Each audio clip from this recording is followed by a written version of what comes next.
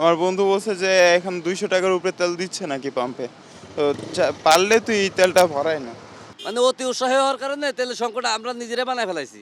ভিড় করতেছি যে 200 টাকার তেল নিতাম আগে, এখন তেল নিতেছি 1500 টাকার।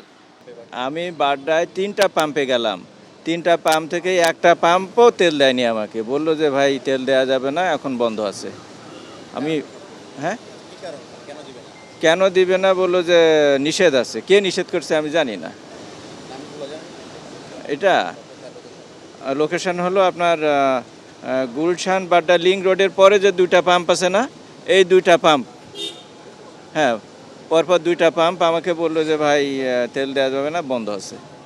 অবশ্য আমি গত পরশুদিনই 5 লিটার তেল নিয়েছিলাম, আমার ওইরকম তেলের প্রয়োজন নাই। এখন আমি অফিসে যখন গেছি, আমার বন্ধু বলছে যে এখন 200 টাকার উপরে তেল দিচ্ছে নাকি পাম্পে।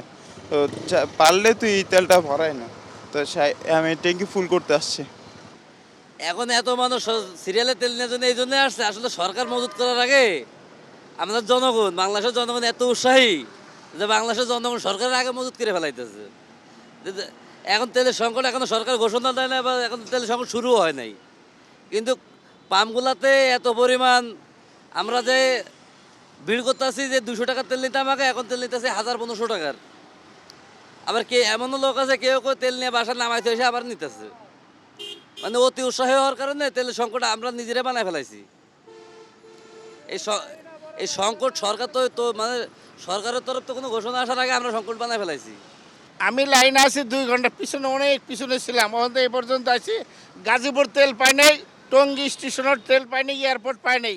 পরে ইউটার্নে এই খিলকেতে এসে দাঁড়াইছি। আমি জানি না বাদ বাকি তেল পাবো কিনা। অকটেন এখন ডিপো থেকে আমরা তেল পাচ্ছি না, আমদানি করতে আমাদের যে চাহিদা অনুযায়ী আমরা তেল পাচ্ছি না মোটেই। গতকাল পরশুদিন 1 গাড়ি তেল দিয়েছে, কালকে সেল হয়ে গেছে।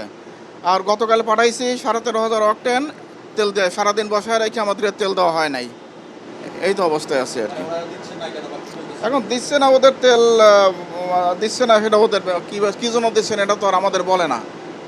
এই অবস্থায় আছে, পরে তেলের মানে সংকট এইটুকুনি। আমরা তাছাড়া ওরা কিছু আমাদের বলতেছে না যে কেন তেল দিচ্ছে না, বা মানে এটা বলতেছে না আমাদের ক্লিয়ার করে।